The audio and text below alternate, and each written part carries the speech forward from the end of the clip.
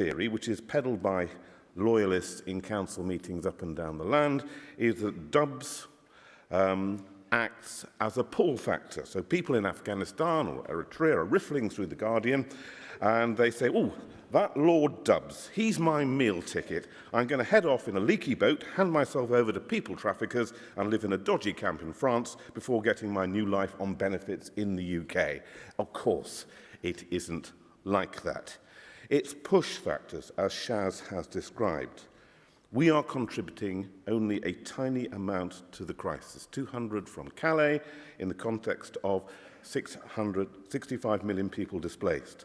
As Bradley said, it's a ban on refugee children. As Adam said, remember Lesbos. I was on honeymoon there. I looked out at the Turkish coast and thought, it's not very far away, is it?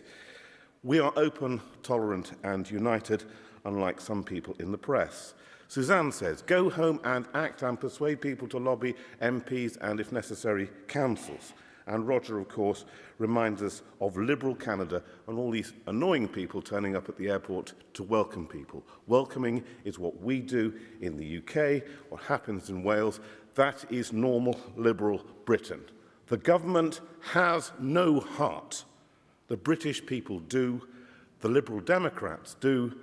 Vote for this motion.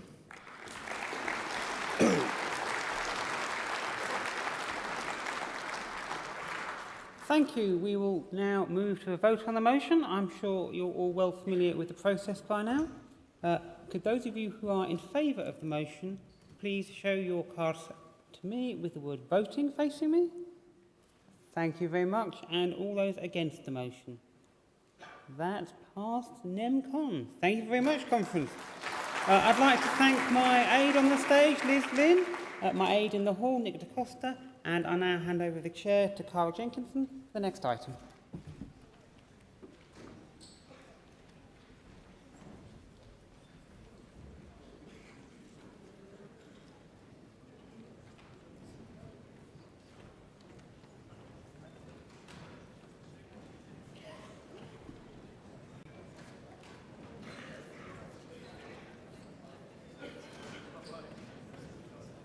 Good morning, Conference. I'm Cara Jenkinson, and we now move on to F14 reports, which you can find in the conference papers that were previously published. And I'd like now to welcome Sal Brinton to move the first report from the Federal Board. Oh dear, it's a bit worrying when the red light is on even before you started. Good morning, Conference. You will see the report in front of you, whether it's in the paper version or on the app. And I just wanted to give you two updates from that. The Federal Board report is on page 11.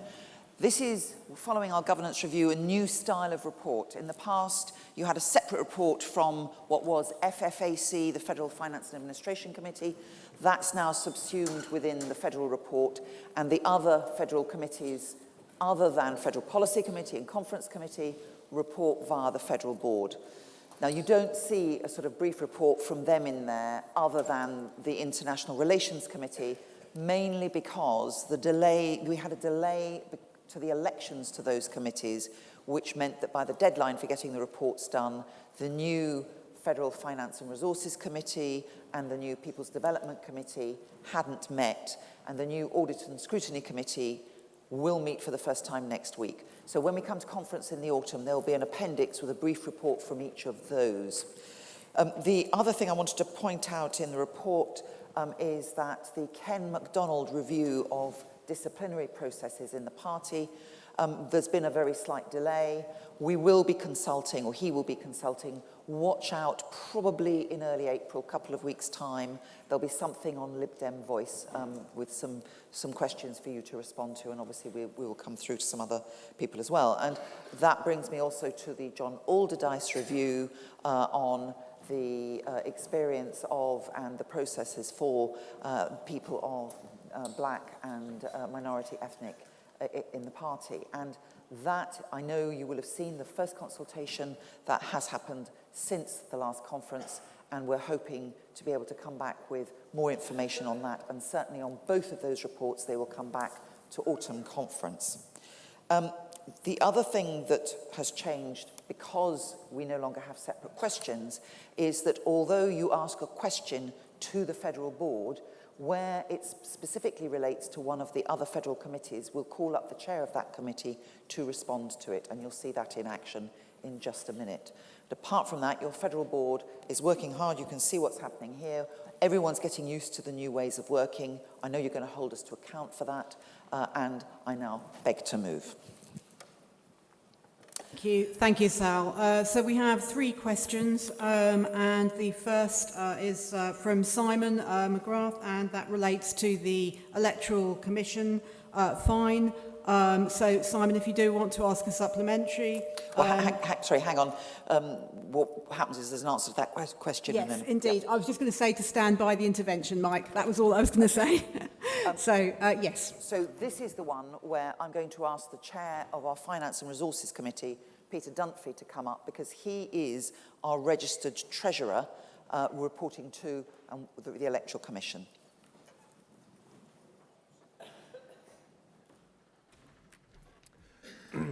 Good morning, Conference. Just to give you a little bit of background to this question, the Electoral Commission investigations in the party relate to expenditure returns in relation to the general election in 2015 and the European referendum in 2016. In both cases, the issues surround the detail or the timing of delivery of invoices, and there is no question whatsoever about overspending issues. So it's worth making that very clear, because it contrasts with the situation that's happening in another political party at the moment. I don't want to prejudge what steps the party are going to take, because this is very much an item on the agenda of the incoming federal board and its operations committee to look at exactly what we need to do to comply fully with Electoral Commission rules and regulations in order to avoid any kind of complaint, fine, investigation. And it's certainly the case that the Electoral Commission have become a lot stricter, a lot firmer in terms of implementing their own rules, and there have been new rules introduced. But what I can say is the kind of things that we think it's important to look at, one of which is the capacity of our team, our compliance team at party headquarters, whether that needs to be expanded in order to deal simply with the volume of work that is being generated. The second issue relates to the reporting of local accounting units to the federal party, and certainly the problems relating to the general election return were, without exception, in relation to where there were missing pieces of information from local parties, and where the local parties needed to report the information up to the federal party, which then in turn reports to the Electoral Commission. And again, whilst there is no question whatsoever of exceeding any kind of spending limits, this relates entirely to where there was an item of expenditure where a type of invoice or was not being supplied. But the other thing that we do need to work on is our relationship with the Electoral Commission. As I mentioned, they have recently taken a far more, let's say, strident position in terms of their dealings with political parties. Our position is that we will always seek to cooperate fully with the Electoral Commission and move and change in order to ensure that we're doing what they ask of us in as efficient a way as possible. And it is also worth mentioning that the Electoral Commission have actually congratulated the party over the last couple of years in terms of our communications with them, in terms of talking to them, making sure that our procedures are as good as they can be. So that's the initial question answered, hopefully. Thank you, Peter. Simon, do you have a supplementary question? Thank you. I mean, I do think that the fact that the Commission said that we had systemic, widespread failures in our reporting processes and had fined us £20,000, they would have fined us more had they had the legal power to do so, should have been mentioned in the Federal Board report to this conference. But looking to the future, and it's very pleasing to hear that this is obviously something you're very much working on, will you make a commitment that in the Federal Board report at the next conference there will be a substantive section on what we're actually doing as a result of this fine and what process changes we are making? Well, yes, absolutely. As this is a sort of a major piece of work that will be undertaken as a matter of urgency, I would anticipate that there will be a report back on this in writing in the Federal Board report by the autumn conference. Thank you very much. Thank you. We then have a second question, again from Simon, which Sal will take, and that relates to the applicability of the federal levy. Right, I love Simon's word following the revelation last year, because Simon, I think you asked exactly the same question at autumn conference, so perhaps not quite such a revelation. And I think it's, I will say what Peter said in the autumn again, I'll try to just explain a little more as well. There's always been a difference. It wasn't a great revelation. And the reason for that is that Scotland and Wales have things that the English party don't have to do. They have, obviously, to respond to their devolved parliament and their devolved assembly. They have a leader of their party in Scotland and Wales. There isn't a leader of the party in England. As a result of those things, they have to run their own press operation, they obviously have to run a leader's office, and they obviously have campaigns, separate campaigns, very distinctive campaigns that are different to the ones that we run in England that are, say, for local government and increasingly things like Metro Mayor. But there isn't quite the same political structure. Now, it might be that that changes in the future. I don't think it will with the current government, but then obviously we would look at it. But the result of that is that we set up a group which met last year to actually start to unpick what all these different things were so we could understand it. That work's ongoing, and inevitably there were elections in all three state parties and to the federal board and the federal various other roles, which meant that we couldn't hold any meetings until we'd got the new bodies sorted out. They're now in place. We're planning the next meetings to continue. Thank you. And then we have third and final... I'm sorry. Supplemental question. Thank you. Thanks very much. I mean, I think it was a revelation because the reality was nobody in the party knew that the levy wasn't being deducted. Thank you very much for your answer, Sal, and I think my response is the same as to my last one, which is, will this be covered in the Federal Board report next time, please? I hope it will, because I think we need to understand exactly what we're going to be doing. But it won't just be the Federal Board. It will also have to go to the three state parties as well, because everybody needs to understand what was going on. It wasn't a great secret. It's just something that people had just accepted over the years. I mean, I've only been your president for 2 years, and people were sort of going, well, yeah, we knew that. But of course, people change and they don't. So thank you, Simon. Thank you. Thank you. And now we will move to the final question, and that's from Tina Lashmore. And Tina, if you can stand by if you do want to make a supplementary. Sal. Tina, thank you very much for your question. I think Tina raises an important point, that we want to make sure that the language that the party uses is as inclusive as possible. I can remember when the party moved, ironically, from BME to BAME, probably about 7 or 8 years ago, after pressure to do that. And I don't think the Federal Board could just say, snap like that, we're going to change that decision. So what I would like to do is to pass it to the Diversity Subcommittee on the People's Development Committee. Gosh, this sounds like a sort of Soviet-style thing, but we have a group of people who are focusing very much on diversity and inclusion. And I would like them to look at it and come back with a report for the Federal Board and therefore the wider party as appropriate. Okay, and Tina? Just to say thank you very much for that then, Sal. Thank you. Okay, so we now move to a vote. So all those in favour of moving this, the Federal Board report, please show your cards, raise your hands high. Thank you.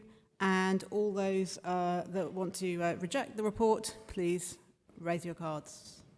Okay, I think that's passed. We now move on to the second report, which is for the Campaign for Gender Balance. Unfortunately, Candy Piercy hasn't been able to make it to the hall, so Sal Brinton will be moving that report. Yes, just to let you know that Candy Piercy, who is the chair of the Campaign for Gender Balance, is actually training women this morning. So I think we will forgive her for her non-appearance here. And I just wanted to commend her report, which is the final report in the pack of reports in front of you. The one point that I know she would want me to raise is the issue about women candidates and how long people have to be members of the party before they become approved parliamentary candidates. And in her report, she points out we are very, very keen on more women coming forward for approval and then standing. And at the moment, certainly in some areas, there appears to be a barrier to that. It's important because we have never had more than 27% of our candidates at a Westminster general election women. That's not good enough. And in fact, a recent select committee in Parliament was proposing that at the next general election, parties are fined for every seat below 50% that doesn't have a woman in it. Fined the equivalent of a deposit. On that basis, the party fine would be enormous. So I think Candy and the Campaign for Gender Balance are right to make sure that we have as many women eligible to stand as possible for the 2020 election. There's plenty of training going on, and certainly the inspiration weekends and the thinking about becoming a woman MP weekends are going very well, and there are plenty more planned. I beg to move. Thank you, Sal. We don't have any questions on that report. So now if we can take the vote to move the report for Campaign for Gender Balance. So please raise your hands if you are in support of moving. Thank you. And those who are against, reject the report. Thank you. That's passed. So I'd like thank you to Mary Reid, my aide here on the desk, and also thank you to James Girling, the hall aide. And we now move on to F16, and I'll hand over to Jeff Payne.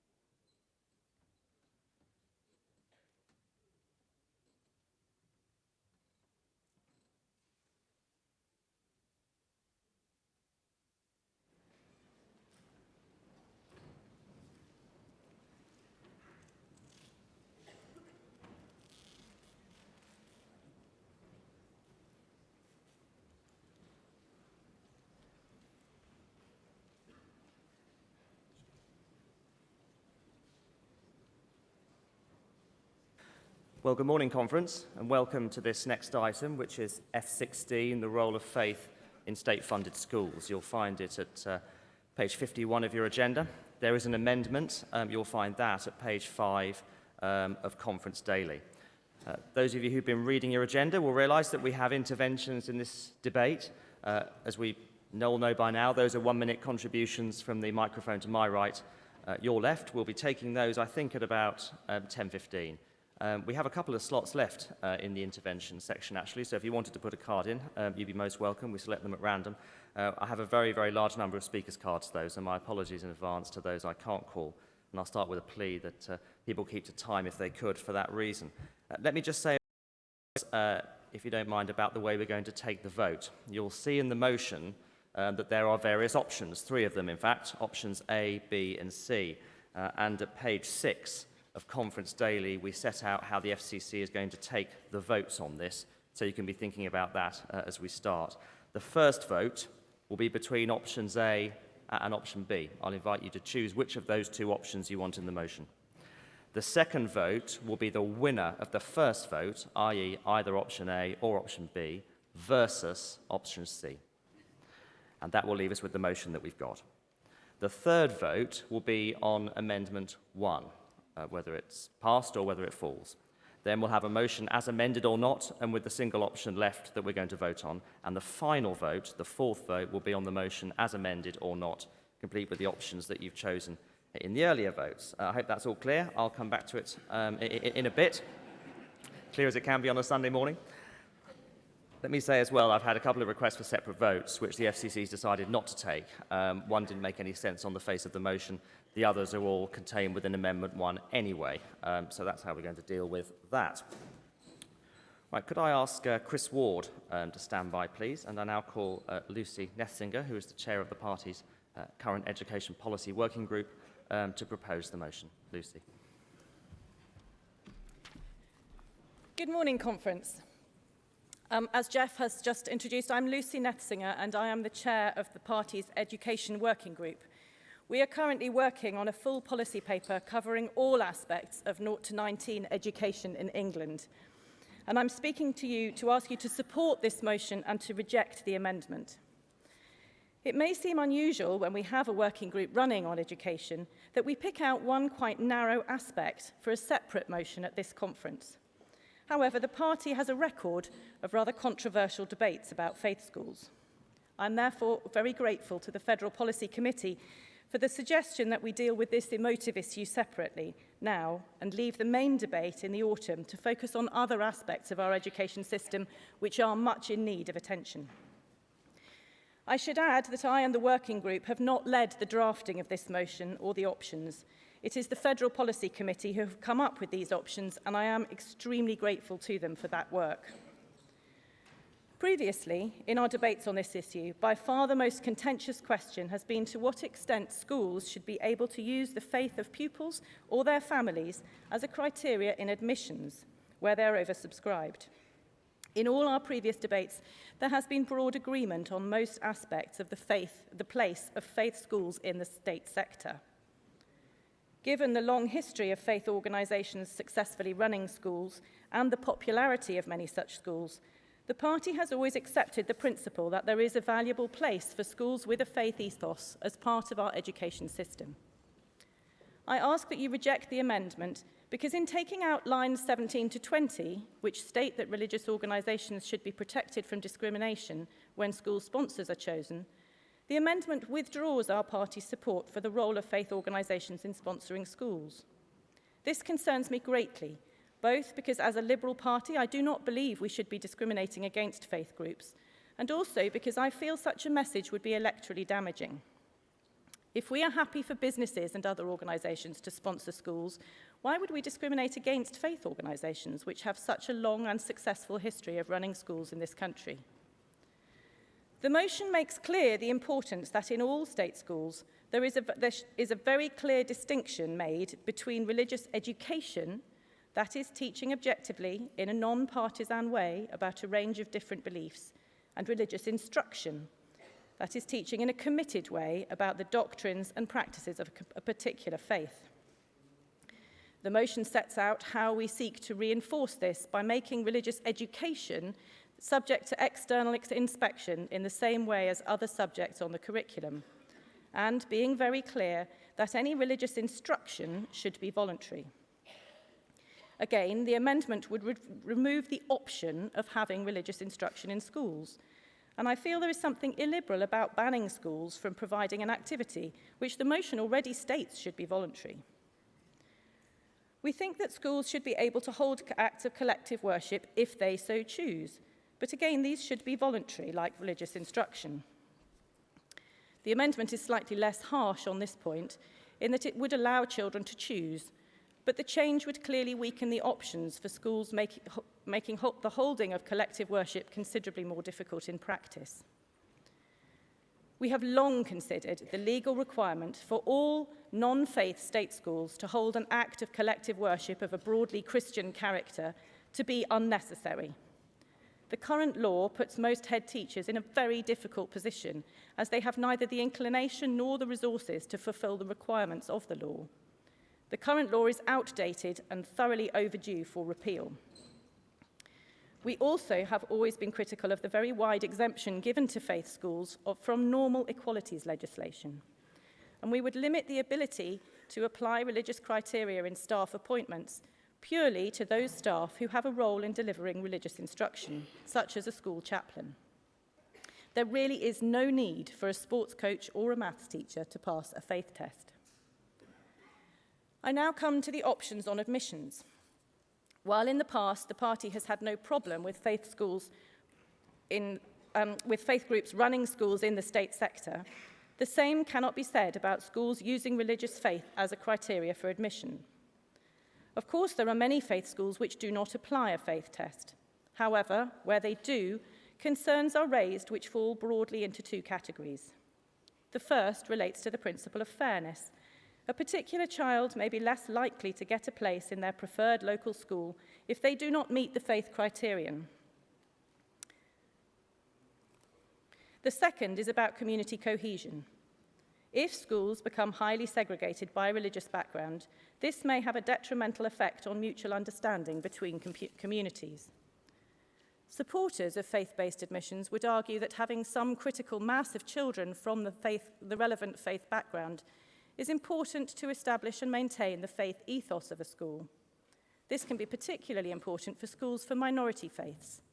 Minority faiths would say that many schools have one preponderant faith background among their pupils simply as a result of the demography of their local area, without any need for faith-based selection, and that this could never be the case for smaller faith groups.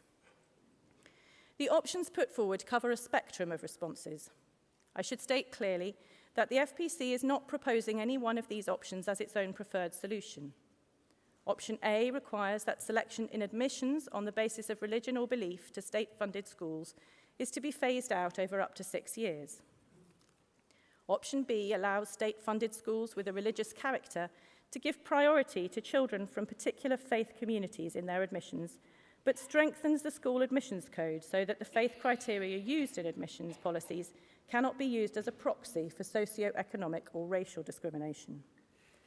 Option C ensures that types of state-funded schools which are currently permitted to select more than 50% of their intake on the basis of faith, including have this limit reduced to 50%, and that types of state-funded schools currently limited to less than 50% selection by faith, including those with no selection by faith, retain their existing limit.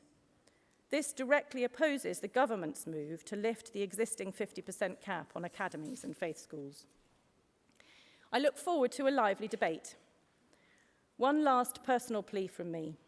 I have a very big job to do in producing a comprehensive education policy covering the whole range of issues, such as curriculum, inspection, funding, teacher recruitment, special needs and disability. Would your remarks to a close, please? Thank you. I'm not keen to add the issue of faith schools to that list. And if the amendment is passed, we will certainly have to look at what the impact will be on the rest of the school system. Thank you very much. I ask you to debate the options, support the motion and reject the amendment. Thank you very much indeed, Lucy. Thank you.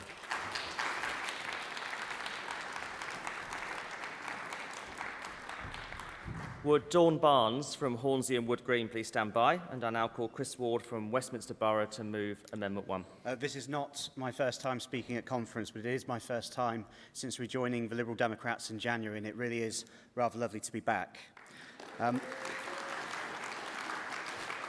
This amendment and the motion both matter to me deeply because I went to a faith school and I have the scars to show it. Even from as young as 7 years old, I knew I was gay. I didn't know there was a word for it until my first day at my Catholic primary school. it was used as a slur.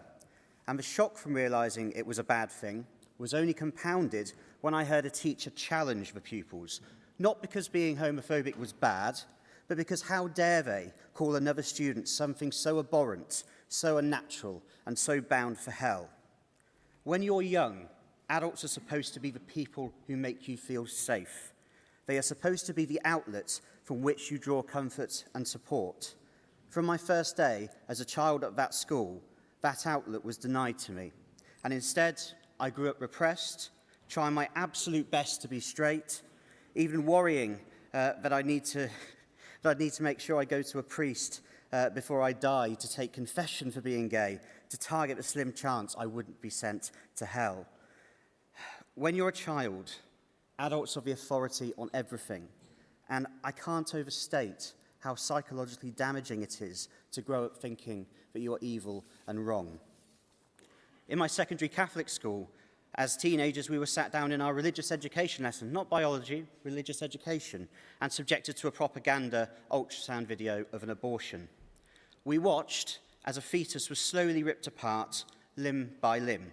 And conference, if the graphic detail in which I'm describing this is somewhat discomforting to you, imagine how it felt for the teenagers who had to sit there and watch it. This was not education. It was pure and simple indoctrination. And my goodness, it worked. The spirit of my amendment is simple. Parents, you have the right to freedom of religion and freedom from religion, but so do your children.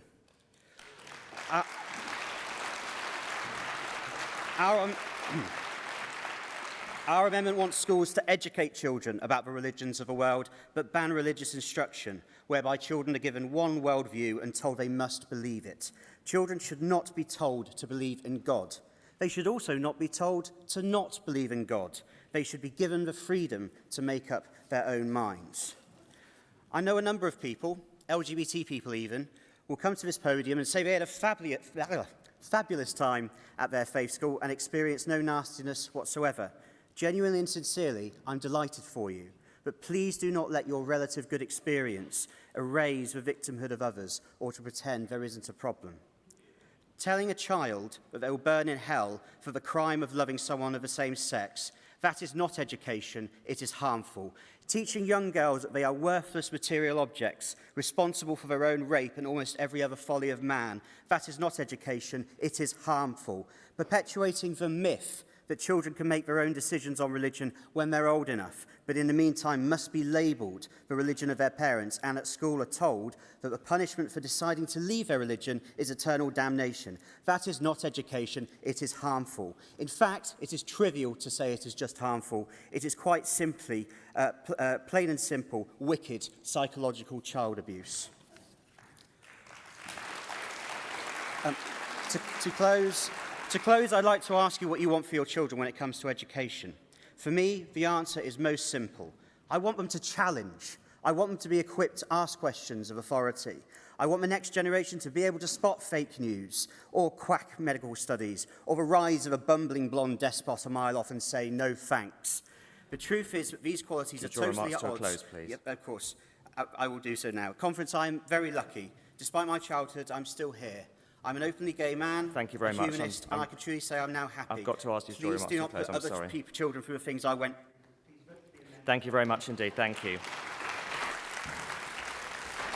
I'm sorry to be so strict on the lights. We really are very, very short of time in this debate, and I want to accommodate as many speakers as I can. We're now going to move to a debate on the motion and between the options, the three options you've got. Could Toby Keynes from Croydon please stand by? And I'm now going to call Dawn Barnes from Hornsey and Wood Green, who wishes to speak against the motion as a whole. Thank you.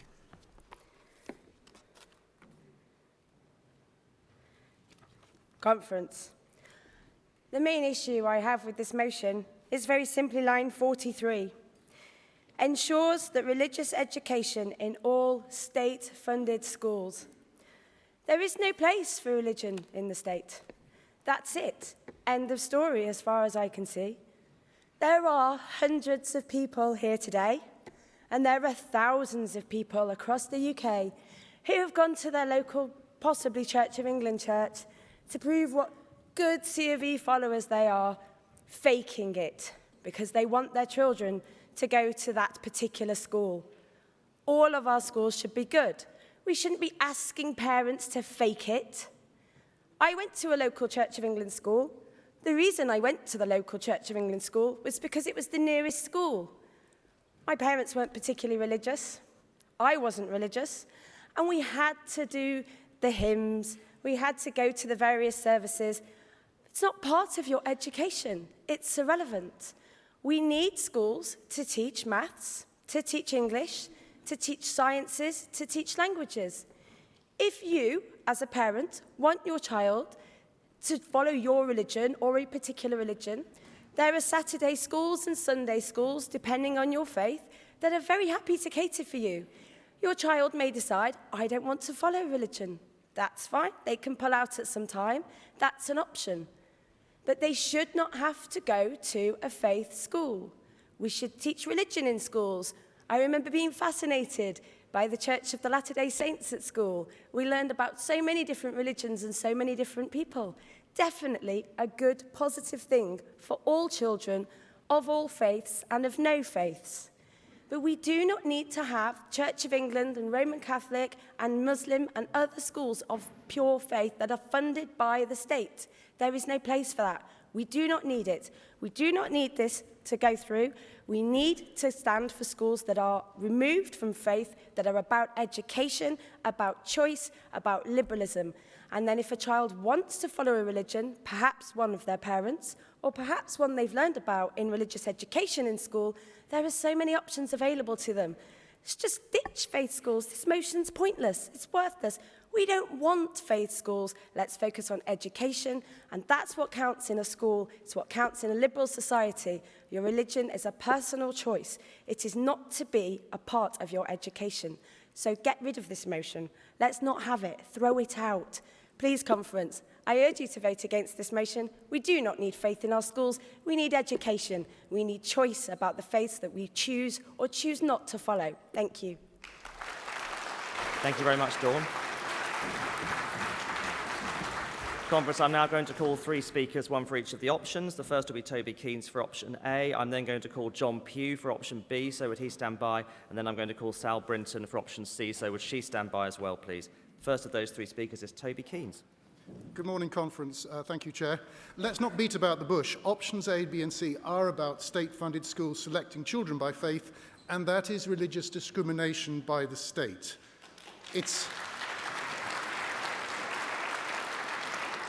It's against everything I believe as a humanist and a liberal, and I believe it's against everything we stand for as a party. We reject all prejudice and discrimination based upon faith, colour, religion, age, disability, sex or sexual orientation. It's right there in the 2nd paragraph of our Constitution. Religious education is unfortunately embedded in our education system. It is rooted in our history as a country, and that's what makes it an entrenched privilege, which is something else this party rejects. It is time we rooted it out, so I urge you to support option A. There are many great faith schools that do a wonderful job, unlike Chris Ward's, and they do it without selecting by faith. I went to one of them. It may not have made me a Christian, but its liberal, inclusive ethos has shaped me, and I am profoundly grateful. The Church of England's chief education officer says its schools are modelling an education where no passports are required, and the doors are wide open to the communities they serve. So the Church of England doesn't want its own schools to select by faith, although unfortunately many of its school governors have not got that message. And also, unfortunately, the Catholic Church feels very differently, which brings us to option B, their preferred option. This is not a status quo option. It is far, far worse. Take a close look at the wording. Option B would allow any faith schools to have unrestricted religious selection as long as they didn't use this as a proxy for other forms of selection. It would allow 100% selection by faith, and that means segregation by faith, particularly in minority communities where the dangers of division and isolation are greatest. State-sponsored segregation so that Muslim children only learn and play with other Muslim children, Jewish children only learn and play with other Jewish children, and so on. And that's a recipe for disaster. It also means the Jewish child whose local school is in the same road can be barred from that school because the school is for Catholics only and the child is Jewish. So please, please reject option B and reject it overwhelmingly. And finally, we have option C, discrimination light. It allows discrimination by the state, but not segregation. It will allow some types of faith schools to select up to half of their children by their faith. So the children who are of the wrong faith or belief will not be thrown out of the queue. They will be sent to the back of the queue, while the children of the right faith go to the front. And I believe that is still against everything we stand for as a party. So I urge you to reject options B and C and to vote for option A. Thank you, Conference. Thank you, Toby.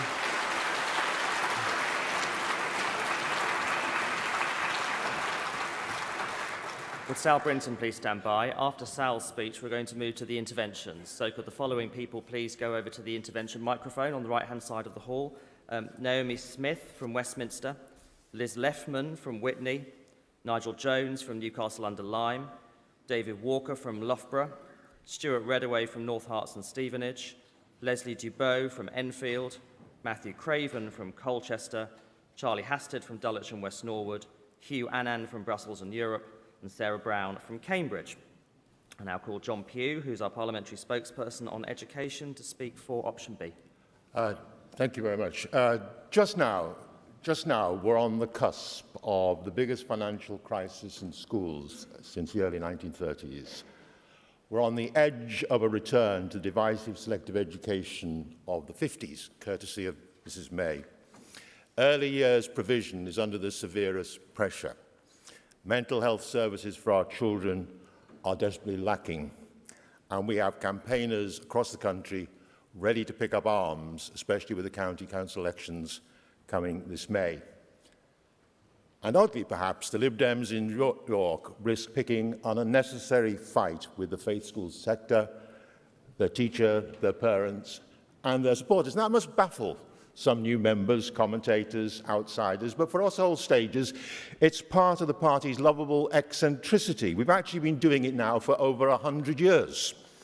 Way back in 1903, some Liberals opposed what they called Rome on the rates, worried at that time with panic over the Irish immigration, the Great Unwash. And today, there are still elements of the party that oppose any case for faith schools whatsoever. Ironically, they've kept the faith. And indeed, there are some whose secular credo is that religious faith is either unnecessary or undesirable. But equally, there are some in the room who are Liberal Democrats because of their faith. And so as a party, we embrace diversity.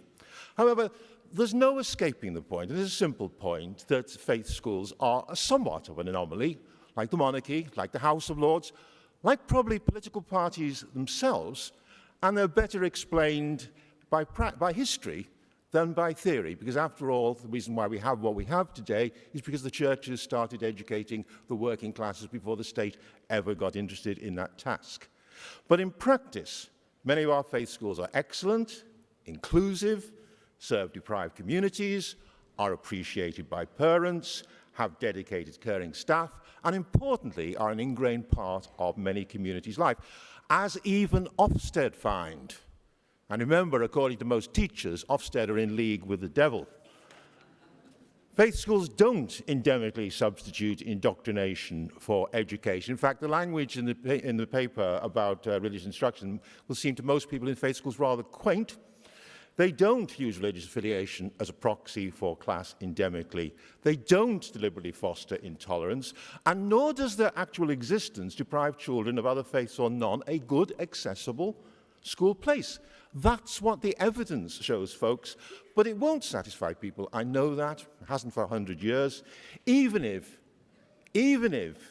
they agree with everything I've said, either they simply don't want faith schools, or they begrudgingly allow them to exist, but try to remove them from every feature that defines them as faith schools, a death from 1,000 cuts. And that's, to some extent, the direction in which option A travels. Would you draw remarks to a close, please, John? Thank you. Yeah. Just look up some faith schools. Look up King David High School in Liverpool and ask yourself, would it be reasonable for them in the circumstances to, end up not considering the faith of the people who are actually going to the school? Thank you very much. Thank you.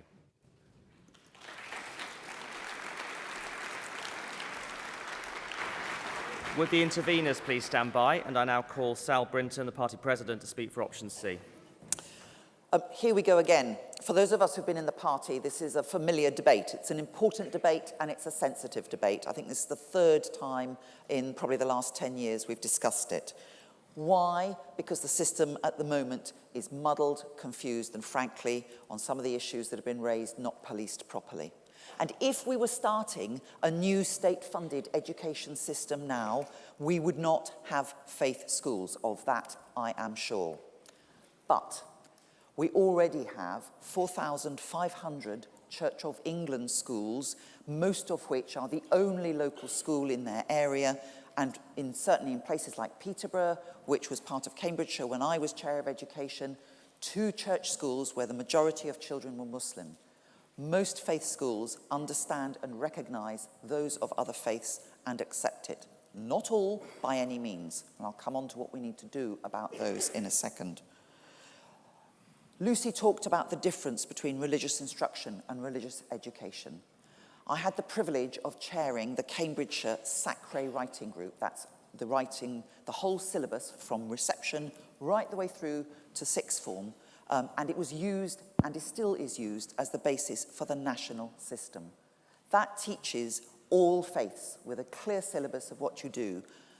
At the moment, it doesn't include those of belief but no faith. I think it should do, and I think that's something the party should campaign on. Unfortunately, it is not always taught in faith schools as it should be. They will use their own faith and they won't teach others. That, to me, as a Liberal, is utterly wrong.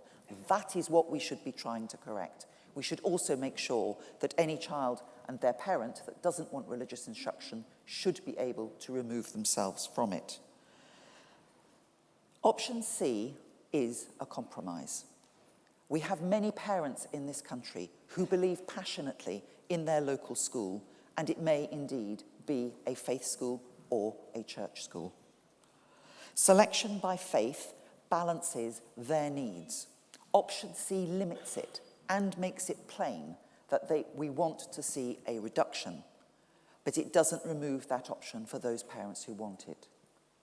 We have, on the other hand, to balance the needs of parents who don't want it and where it is their only local school. And that's where the policing bits that I've talked about. Ofsted must be more rigorous about the acts of homophobia that were described earlier. They must make sure that children do not see outrageous life films that are inappropriate, certainly for anyone under the age of 18. That is completely wrong. That is not what schools should be doing. And Ofsted has been getting more rigorous. So let's actually tackle the real problem. But also, as Liberals, let's not say to parents as they come to vote in the county council elections in the next month, we're the party that wants to remove their choice. Your remarks to a close, Sal. Thank you. That's why option C is the best route forward. Thank you. The other things we must campaign on. Thank you very much indeed, Sal. Thank you. We're now going to move to the interventions, 1-minute contributions from the intervention microphone. Carmel Edwards from Liverpool is going to be our first speaker after the intervention, so would she stand by, please? Our first intervener is Naomi Smith from Westminster. Good morning, Conference. I grew up in Northern Ireland where I suffered a sectarian education that I would not wish on anybody. Option B is a nonsense because economic or racial discrimination is already illegal. So the problem is that it currently happens covertly. Option B, therefore, is an empty gesture. Don't back it. Option C is a weakening of current party policy. Let us stand firm on our principles of protecting the rights of individuals and children. The mover of this motion was wrong to tell you it would be politically damaging for us. Most developed countries with state-funded faith schools do not permit schools to select pupils by faith at all. And recently, voters 4-1 now say they do not back religious discrimination by schools. So actually, I think it would be very politically advantageous for us to back option A. So really this motion is about the kind of society we want to create. If you're anti-sectarianism, anti-apartheid and anti-discrimination, then please back option A. Thank you. Our next intervener is Liz Leffman from Witney. Conference, please remember when voting for this motion the words that are written on the backdrop on our stage here. We are a party that embraces diversity. that prides itself on being open and tolerant and united, and ask yourself whether voting for option A or for option B actually reflect these values. It is my opinion that if we vote for option A, we will be denying people who value a religious education the right to that education. And I can say from personal experience that there are many people in the ward in which I will be standing for the County Council who would take very badly to that. I have 4 primary schools in my area, and 3 of them are Church of England schools, and they are very much valued by the local population. As far as option B is concerned, that would only promote more segregation and run the risk of us creating little ghettos based on faith. Thank you. So the only... Thank you, Liz. Our next intervener is Nigel Jones from Newcastle-under-Lyme. Thank you. Religious instruction, i.e. indoctrination, should not take place in state-funded schools. We know that there is good practice going on in many of our faith-based schools, and we should insist, by rule of law, that that kind of attitude is taken in all our schools. And therefore, I think there is a place under such a rule for faith-sponsored schools, and therefore I do not accept line 2 of Amendment 1, because it seems to reject faith schools completely. But these faith schools should accept standard admission policies. In fact, I want to see a more standardized admissions policy throughout the whole country, with any slight variations depending on need and overseen by the local authorities. It's only by having such a system that we can have uniformity and lack of segregation in... Thank you. Our next intervener is David Walker from Loughborough and Charnwood. Thank you. Greetings. I have taught in all sectors of education, teacher training, university, primary, secondary. I've also taught Sunday school for many years, in which I encourage young people of our group to learn about the traditions of our faith, and many of them went on to join that faith. That is the right thing to be doing in Sunday schools. It was not right for me, and I didn't do it when I was teaching in various aspects of state education.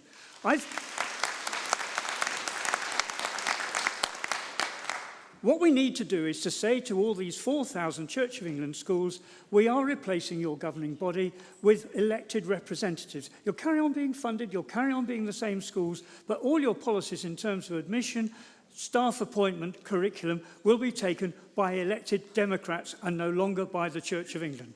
The Church of England is the Conservative Party of prayer. If we upset them, good. Thank you. Stuart Redaway from North Herts and Stevenage. Parents should have a right to be allocated a secular school if they request it. My granddaughter was allocated a strongly religious school, despite my daughter choosing 3 secular schools and explicitly requesting a secular school. A right to withdraw from religious instruction is insufficient because it is divisive. Amendment and option A are insufficient as, for example, my granddaughter's school has religious slogans about God in every classroom. A right to secular school could almost always be met by a small change in county rules to give priority in secular schools. In a few cases, a religious school in an isolated area might have to become secular. Of course, all schools should... Thank you. Leslie Dubow from the London Borough of Enfield. Conference, I ask you to support option A for the very same reason that you were asked to oppose the resolution itself. Option A is the real question. We live in a society where religion being taught in schools is divisive. You only have to look at what's happened in Northern Ireland, where generations have been fighting each other and they haven't been able to get together as yet. Now, I went to a state school where the act of religion was performed every day, And I was withdrawn from it by my parents, and I felt a bit of a freak, to be quite honest, and it was very discriminatory, I felt, and it certainly didn't do me any good. I believe that the only way in a really free society is for people to choose. Thank you. Thank you. Matthew Craven from Colchester is our next intervener. Conference, the value of secularism is vital to the creation of the free, fair and open society which we all, as Liberal Democrats, strive for. Friends, I ask you, do you really think it is acceptable to allow for the continuation of institutionalised religious privilege and discrimination within our state-funded system? Allowing schools to discriminate on the basis of religion should have no place in our society, and should have... permitting this situation to continue is, in my opinion, completely illiberal and utterly unjust. Options B and C do not solve this problem, they merely tinker around the edges. Therefore, I must urge you to support both this motion and option A. Thank you. Thank you. Charlie Hasted from Dulwich and West Norwood. Thank you. I specifically wanted to address lines 31 and 32, which exempt those who are mainly or wholly responsible for religious instruction from the Equalities Act. Purely and simply, if you're employing the best person for the job, there is no need to exempt from the Equalities Act. On the other hand, quickly, I just wanted to address the idea that we move religious instruction purely to Saturday and Sunday schools. Do we really want to take religious instruction out of a faith school where it's monitored by Ofsted and put it in the hands of people where there is no oversight for what they're teaching children? Thank you. Hugh Anand from Brussels and Europe. Thank you. I'm grateful to have had a partly faith-based and partly secular education that enabled me to make up my own mind about faith. Whilst I'm sympathetic to options A and C and believe them to be well-intentioned, I think the last speaker warned quite rightly about some of the possible unintended consequences of option A. And option C contains an arbitrary numerical cap that lacks, to me, a clear evidence-based. I think the amendment is likewise too prescriptive. I could live with option A, but pragmatically I would urge you to back option B and reject the amendment and back the motion as a whole. In Belgium, children can choose religious instruction between secular or their own faith, or as the little girl in my church put it, Catholic religion, Muslim religion, or normal religion. Thank you. Thank you. Would Carmel Edwards from Liverpool please stand by? She's our next speaker after the interventions. Our final intervener is Sarah Brown from Cambridge. Conference, like the mover of Amendment 1, I was an LGBT kid in a faith school for the education, not for the faith. The things he said were uncanny, right down to the video of the abortions taking place. I grew up thinking I was an abomination to God and to nature, that I would burn in hell for all eternity for the thoughts in my head. I was a child. This is happening to another generation. It's time to say enough is enough. Please support Amendment 1, and if you can't, then please vote for option A. Thank you.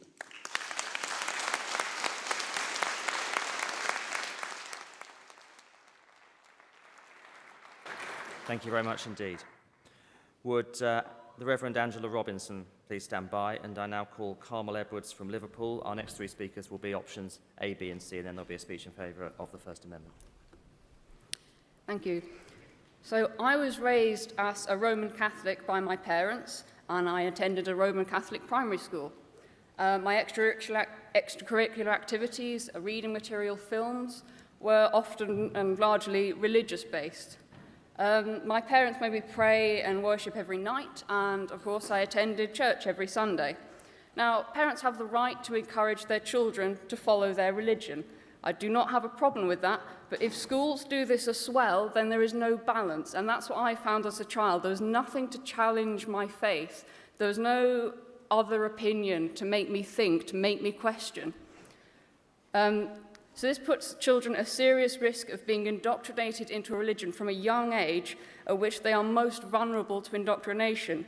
I think we should safeguard children against being taught faith in a directed manner, which is what the motion very helpfully, explicitly states, especially in areas where, as the area I grew up in, my classmates lack diversity in religion and culture. It wasn't until I started a secular high school that I was challenged by other classmates from other religions and where we're actually taught religion except, other than Christianity. We were taught Judaism, it's only another one, but it was enough. So it's a child's right not to be indoctrinated in this way into any religion or faith-based philosophy, but to be educated about the diversity of religions, because we want them to then, education is about going into a diverse real world. We want children to be able to choose freely which, if any, religion they wish to follow when they are old enough to do so. And we want that choice to be truly free, not biased by their upbringing. Okay, they might go to Sunday school, but if you have it in church, in school as well, that is very, very biased. After all, educational institutions are about education and preparing children to go and integrate in a diverse society. Children go to school to learn about the world, assuming that what teachers say is true. So I favour option A, because even if parents, like my parents, want their child to be indoctrinated, that is not what is necessarily best for the child. I'm not saying parents shouldn't take their children to Sunday school. Of course, that's perfectly within their rights. But I think the school has the responsibility to give a fair and unbiased education to children, especially to balance out a particularly, should we say, strict parental upbringing. So I'm in favour of option A, because I think that even if parents want their child to go to a faith-based school, again, that's not necessarily what is best for them. I think it is better that the child should choose that. So please vote for this motion and option A. Thank you very much indeed. And in fact, that was Carmel's first speech at a federal conference. Would Simon Hughes from Bermondsey in North Southwark please stand by? And I now call Reverend Angela Robinson from Southport, who wishes to speak for option B. Well, I just ask you not to vote for option A, actually. I have been a teacher, latterly an RE teacher in state schools, and later an ordained congregational minister in 2 churches, and a third ministry in Bangladesh, where I lived for 14 years. I was principal of the British school and chaplain and pastor to the English speakers for the Bishop of Bangladesh. I do know the difference between leading worship and teaching in Christian gatherings and interacting with pupils in schools. Moreover, in Bangladesh, my pupils were nearly all Muslim, and I did assemblies and taught PSHE as a person of faith with no instruction in any faith, and my pupils' discussions and creativity were wonderful. I totally reject the use of the term religious instruction, and all lines using the expression need to be rewritten. Good faith schools today, I'm not saying what happened 10 or even 20 years ago, do religious education, not religious instruction, except maybe in an optional session. I fear that some Jewish and Muslim schools do not practice that. I'm confident that most Christian faith schools of today aim to educate their pupils in a way that contributes to their future spiritual growth. And why should they be nervous of sharing key Bible stories such as David and Goliath, the parable of the Good Samaritan, and a read-through of one of the 4 versions of the life of Jesus, and stories of people of faith, which can all help pupils gain some religious literacy to think on the subject. Ignorance is not bliss. Unless a school has a gap filled by a teacher of faith who has a room and a place in the timetable, this subject can and has been swept on one side in some schools and treated as worthless, which is why I am told so many Muslim parents are happy for their children to attend a Christian school, so that the extremist secularists cannot indoctrinate their children with the idea that all religion is a load of rubbish and responsible for most of the evils in the world. I think of a girl in Essex who resigned from her church choir because she couldn't bear the thought of the abuse she would get if her friends in the local school knew that she even went to church. It is surely vital that all pupils be taught how brainwashing works, For the last 30 years, a group given funds from government and church to monitor cults has claimed there's no such thing as brainwashing, as everyone has free choice, and they do not allow people to use the word cult, replacing it with new religious movements.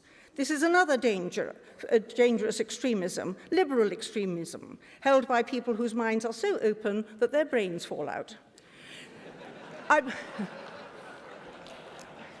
I believe psychologists now have scientific proof of brainwashing. Pupils must know how brainwashing works in advertising, but also in some religions. We all have our lunatic fringe, whose methods of persuasion are not respectful of the hard thinking and robust debate needed, often for years, before informed choices can be made that are necessarily genuine conversion to belief in anything half decent. Thank you very much indeed. Thank you.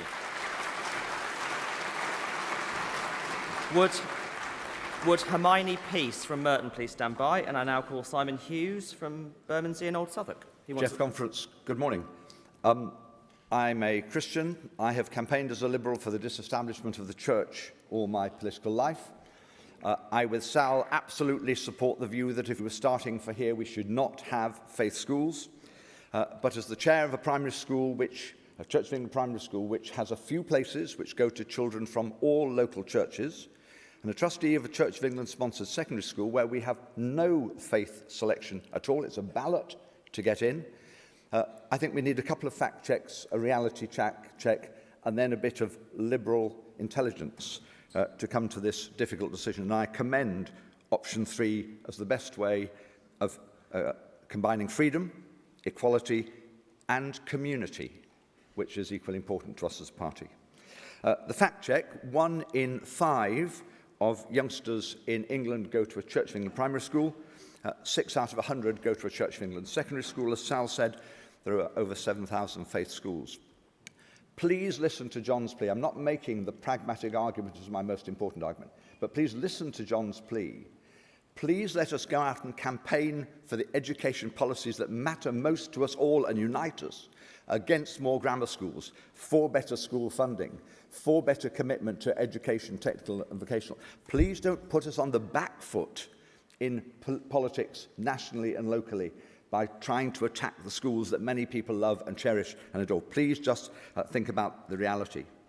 Please remember as a fact that the biggest provider of faith schools, the Church of England, has a policy which does not require any selection and priority given to the Church of England.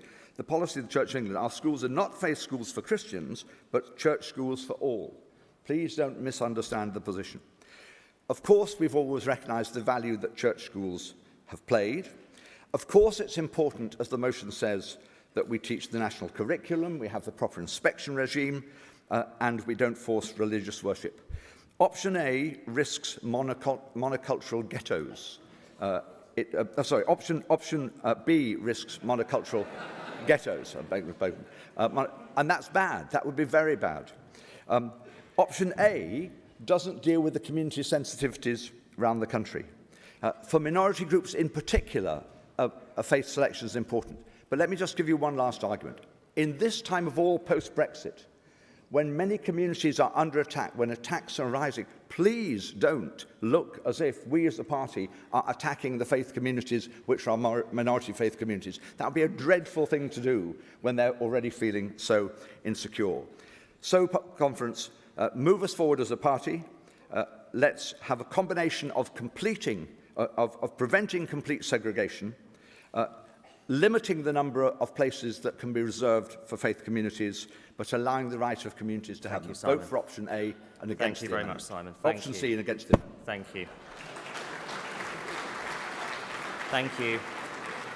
Would Jassim Al-Kanani from Harrow please stand by? I now call Hermione Peace, who's on the executive of Young Liberals, and she wants to speak for amendment number 1.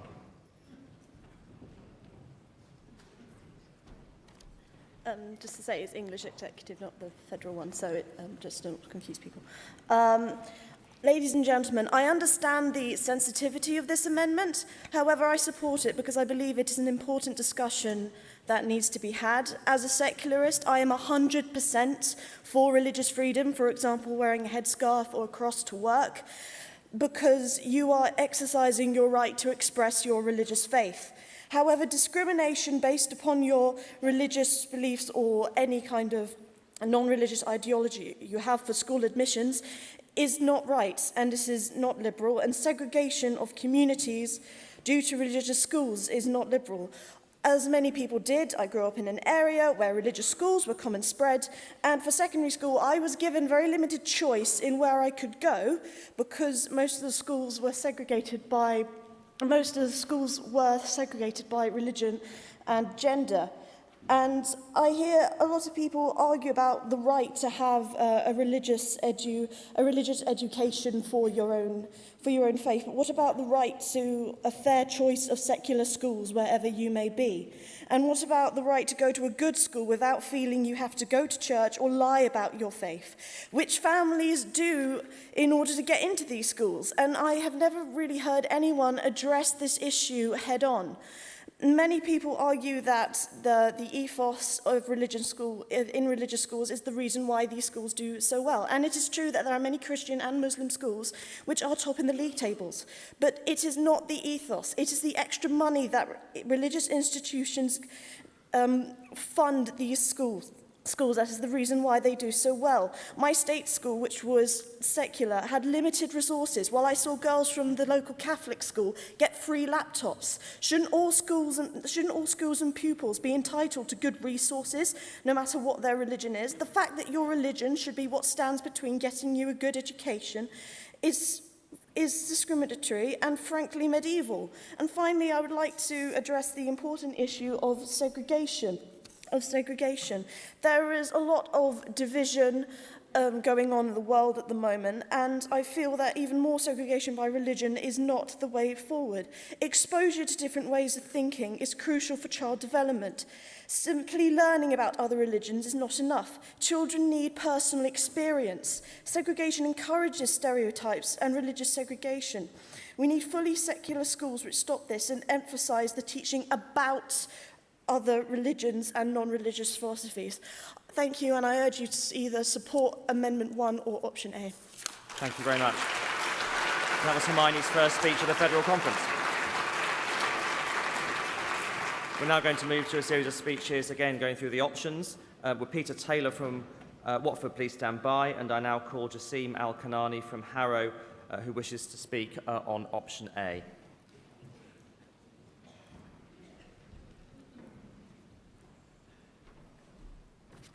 Thank you, Jeff. Thank you, Conference, for the opportunity to speak.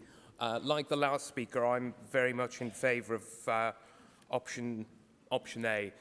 The main reason is I did attend for 2 years as a primary school student, as a primary school pupil, a Church of England school, which is now no longer a faith school and was publicly funded.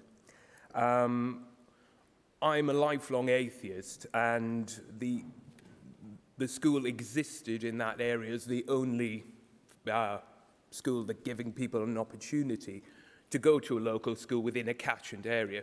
This was in the late 1980s. My recollection was the head teacher being very welcoming of people regardless of their background and their characteristics.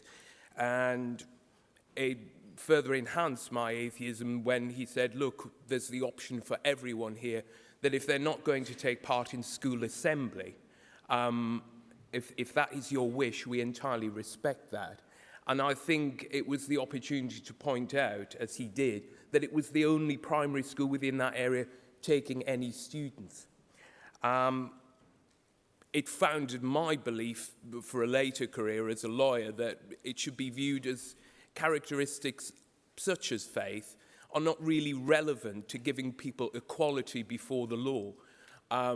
The idea and concept of people's background in faith being considered in a criminal defence context is both discriminatory and wrong, and we as Liberal Democrats would never believe that such characteristics would be relevant in giving pupils in school a full and rounded educational background. Thankfully, Option A gives the option that long-term we can have a full consideration about how faith schools are funded, full stop, So in terms of the entire motion, whilst not happy with it as an atheist per se myself, I would support option A because it does give that option to be addressed in the future in terms of the entire funding remit of schools. I can only say from my example from my youth in the Northeast, Emmanuel College, which received press attention within the last 10 to 15 years, has charitable status, and though subject to Ofsted inspections, is not a school that would be coming under this umbrella anyway. And, you know, that has its advantages for those who do support faith schools. Personally, I think as Liberal Democrats, we should support option A as it respects and underlines our position in terms of equality before the law, and respects that entirely on behalf of all voters and everyone within the UK. Thank you very much. Thank you. That was also Jasim's first speech at a federal conference. Would David Weston please stand by? And I now call Peter Taylor from Watford, who wishes to speak for option B. Thank you. Good morning, conference. Apologies for my voice. So probably consequence of talking too much about faith schools in the bar last night that my voice is going. I've been a teacher in both Catholic schools and non-Catholic schools, a pupil in both schools. And I just want to talk a little bit about the diversity in those schools. My experience was that Catholic schools, faith schools are diverse. I think we often talk about them in a rather caricatured way. The reality is actually that Catholic schools have more pupils from disadvantaged backgrounds, from poorer communities than non-faith schools. They also have 6% more pupils from ethnic minority communities, and they also actually are religiously diverse. A third of the pupils in Catholic schools are not Catholic, including 26,000 Muslim pupils. So they are diverse. They're also very popular with parents, and poorest, disadvantaged pupils do significantly better in Catholic schools. So we see the figures for pupils with special educational needs or on free school meals. Their exam results are better in those schools. So as Liberals, we've got to really question, do we want to attack schools that are diverse, that are popular with parents, and where also disadvantaged pupils do particularly well? If we vote for option A, what we're saying is that geography is going to be the main decider when it comes to admissions to schools. We're going to allow people who can buy houses in the right catchment area the ability to get into those schools. I think that as Liberals, as progressives, we shouldn't be saying that all the power and influence should be with those with the most money and wealth to buy houses in the right area. We should move away from that situation.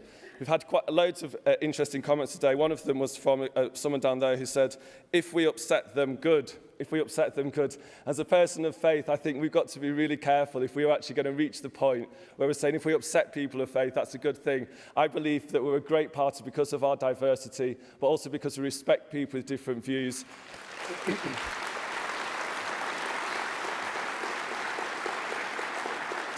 So if we are tolerant and we believe in localism, we should allow local communities to decide the admissions policies. We should be tolerant of people of different faiths. And you should allow me to send my children to a school that Dawn Barnes might not particularly like, that Richard Dawkins or even Evan Harris don't particularly like. But I should have the freedom to do that. And so I'd urge you to reject option A. Thank you very much.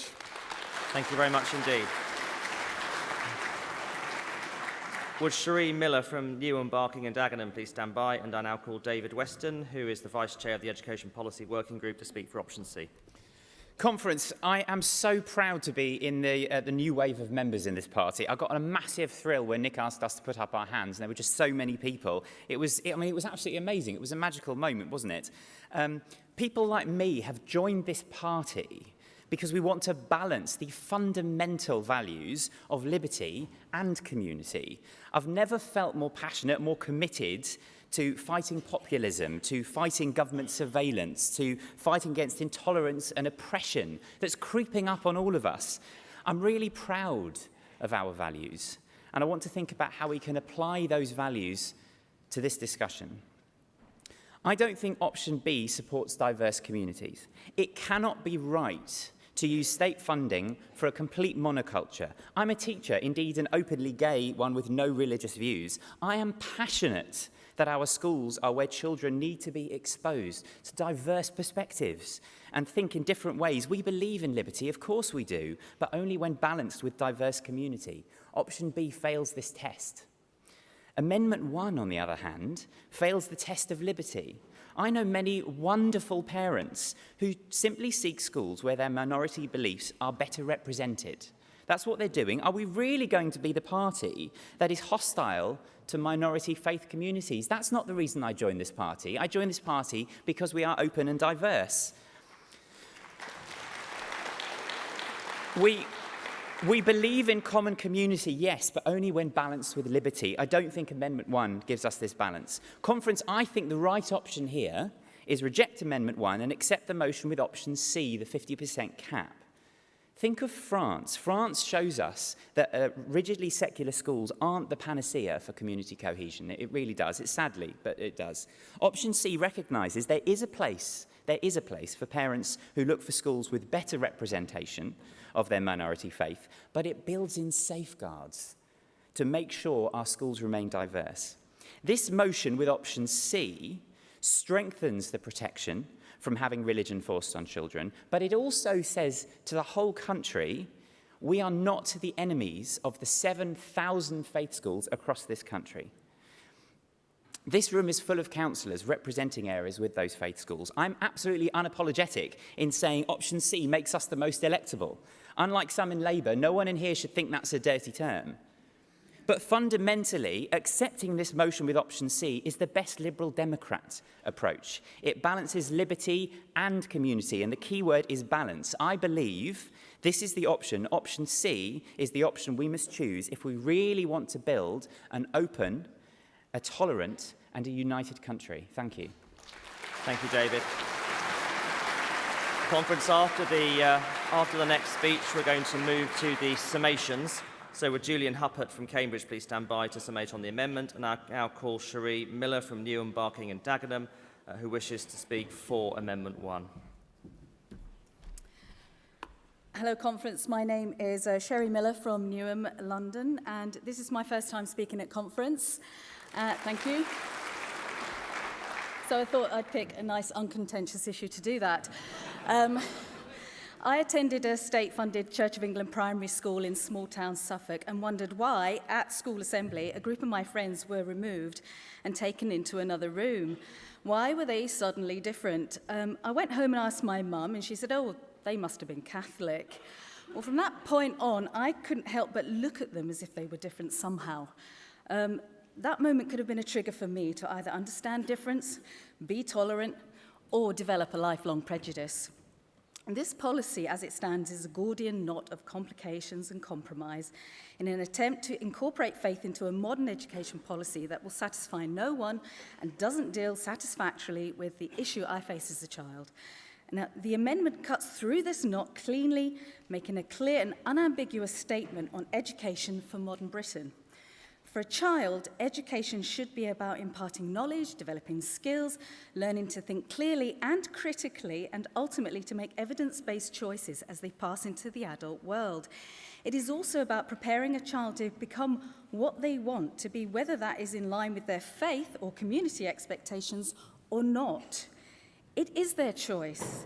State education should provide an all-important counterbalance and may be the child's only opportunity to develop beyond the influence of their current circumstances. A common objection to this viewpoint, as expressed in this amendment, seems to be that it contradicts our liberal values of promoting diversity, of being open to other cultures and spiritual beliefs. I would remind you that while the parents have freedom of choice to determine their child's development, the child often has none. Yet, it is the child who is the final object of education. It is the state's job in this case to represent the child if it is going to provide their education. So I urge you to support Amendment 1. Thank you very much indeed. Thank you very much indeed. Would Jeremy Hargreaves please stand by to summate on the main motion, and I now call Julian Huppert, our PPC for Cambridge, to summate for Amendment 1. Thank you very much, Conference. It's very good to see you all here again. And it's great to those of you who are newbies We always say we're a democratic party, that we actually have real debates, real discussions, and it's great that you can see this. We don't always have quite this many votes, but I hope you'll enjoy those as well. It's been a great debate as well. There's been a lot of agreement. And there is agreement that faith schools have played a historical role in expanding education. That stays in the motion. It's absolutely true.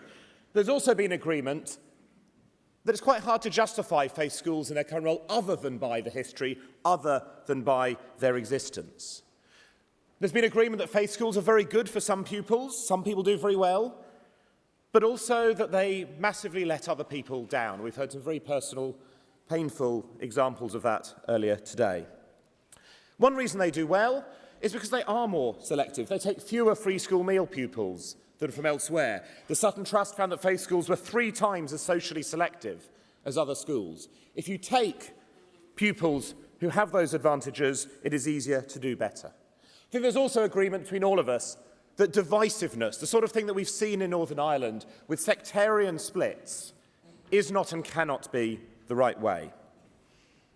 But there's some disagreement. I don't know if you'd spotted it.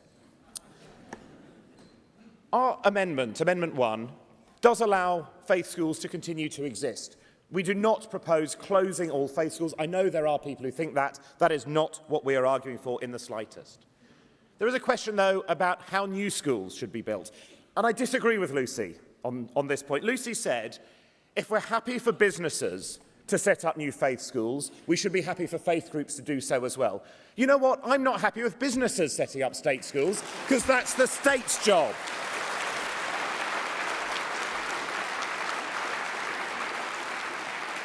But that we can leave for next time's debate. What else we say in the amendment? There's a couple of issues, and most of the wording there is just to make sure the amendment is consistent, all the wording changes. One is about religious instruction. I have no problem with people being religious, pretty much any religion, and I have no problem with them being instructed.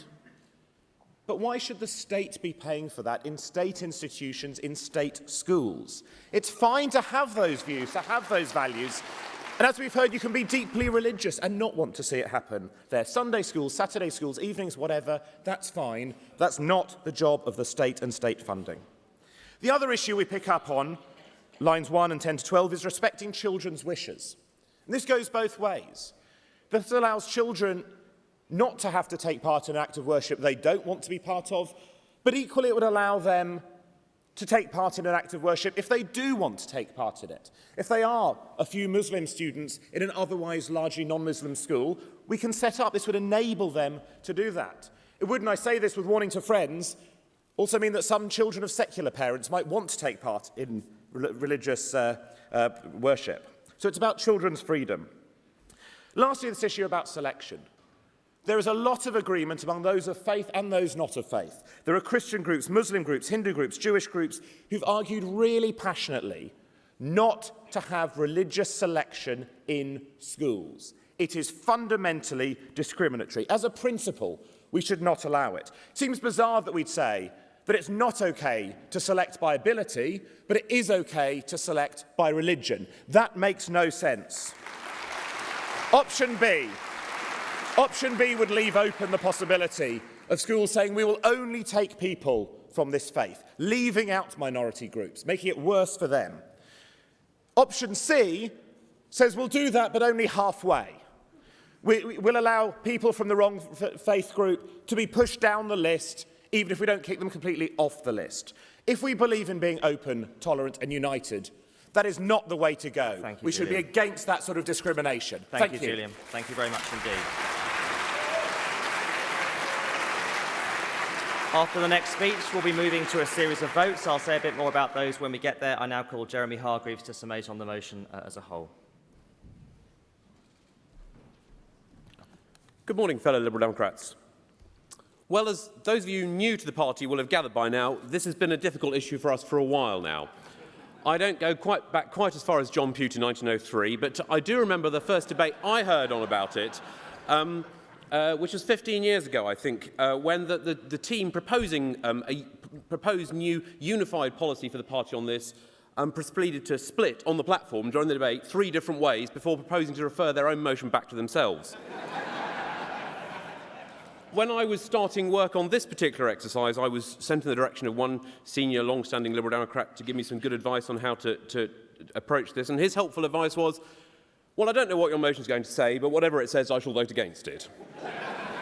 So, conference, I would like to please to go one better than that and vote for something this morning. Many past attempts to make policy on this have come from amendments, short amendments on a much larger, wider education motion. So to try and do better than that, the FPC decided to bring together people from different positions on this and produce a motion which offers you, really a framework motion, which offers you some options to decide from. Options which are all obviously different, but each of them are properly thought through and would actually be practical, realistic positions for the party to choose.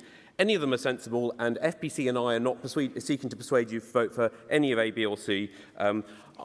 Please vote for one of them. I would like to say it hasn't got a huge amount to mention this morning, but there is a remarkable amount of agreement, actually. Most of the motion is consensus and is not disagreed and hasn't been disagreed with this morning and was agreed among the group who wrote this. I do think that shows a remarkably constructive view from all sides. Now, option A is clearly the position that Liberal Democrats would design if we were starting from a blank sheet of paper, as a couple of people have said, that there should be no selection of children in schools on the basis of their faith phased in over 6 years.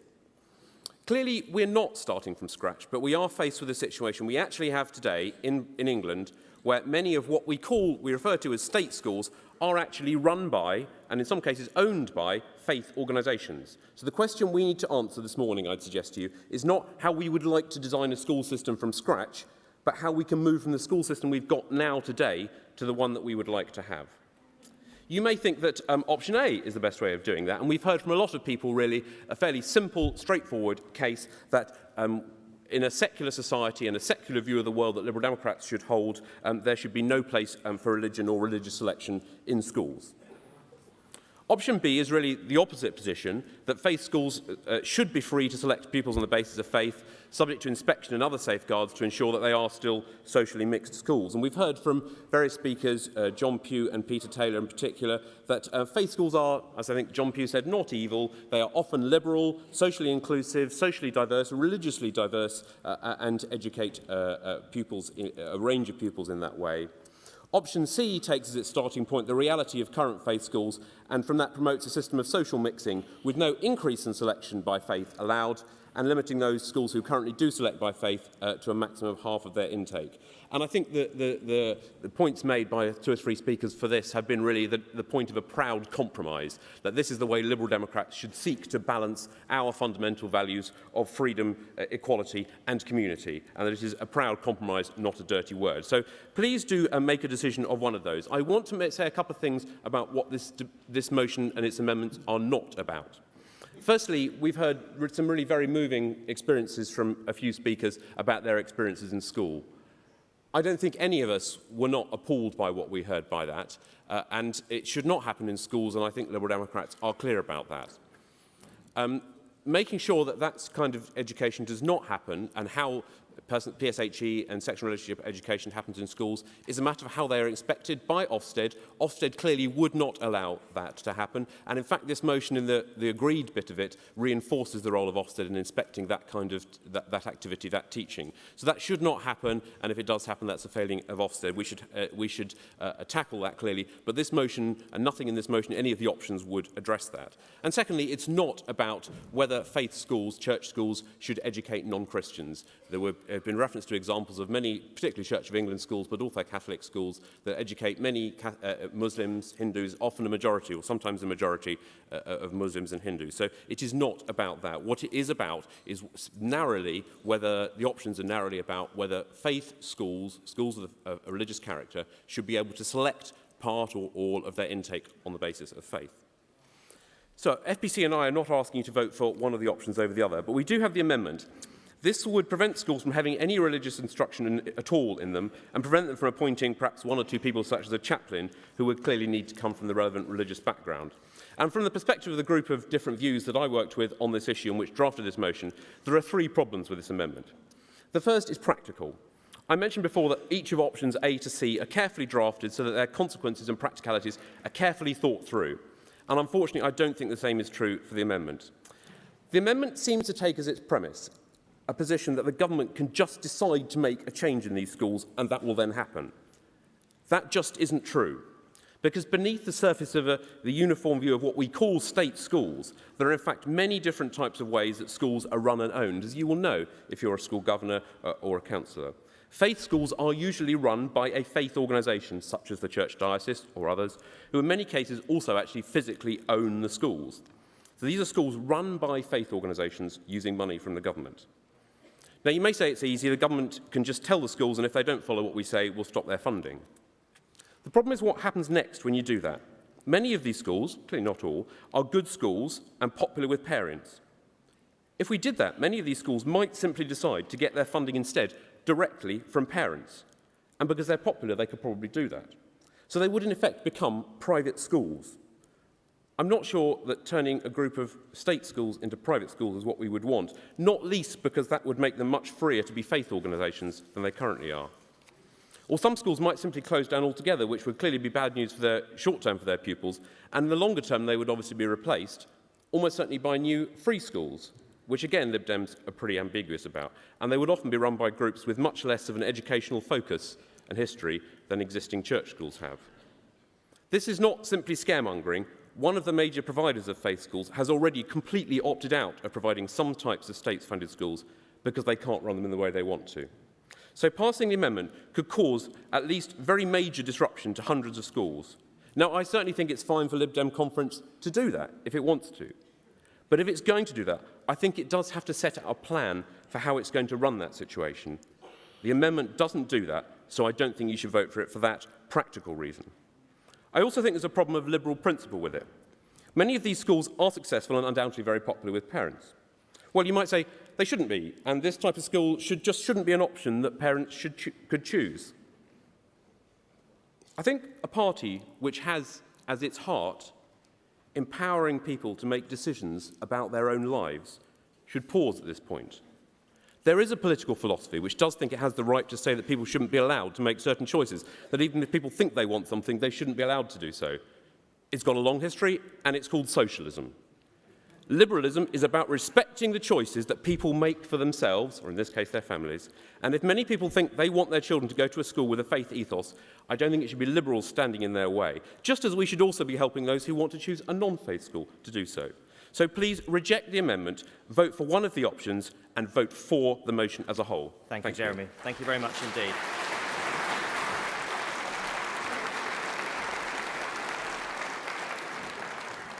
Right, conference, we're now going to move to a series of 4 votes. Let me explain to you how it's going to work. The first vote will be a vote between option A and option B. I'll ask you which of those options you prefer. The option you choose will then go into the second vote, which will be between that option, either A or B, and option C. The third vote we'll take will be on Amendment 1, and the final vote we will... Thank you. And option B? Clearly option A. We're now going to choose between option A and option C. So can I see all those in favour of option A, please?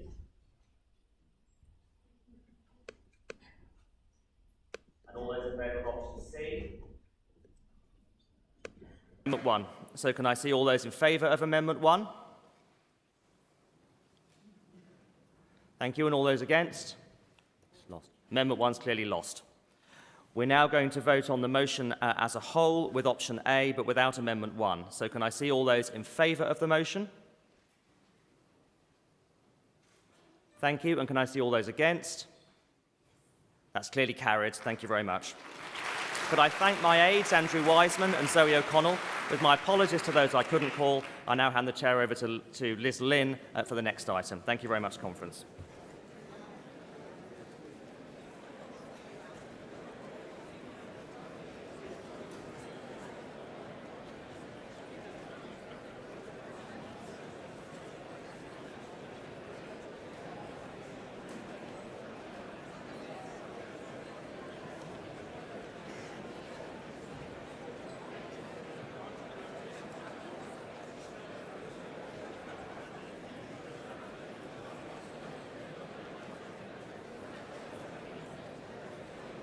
Thank you. We're going to be starting late, so could you please leave the auditorium as soon as possible and as quietly as possible? Thank you. We will be now moving to F17, which is Associate Citizenship of the European Union, and it's page 54 of your agenda. Can you please leave the auditorium as quietly as you can? We're moving to another debate. The amendment is on page 6 of the daily announcements, and there's only one amendment, and we will be taking 2 votes, one on the amendment and one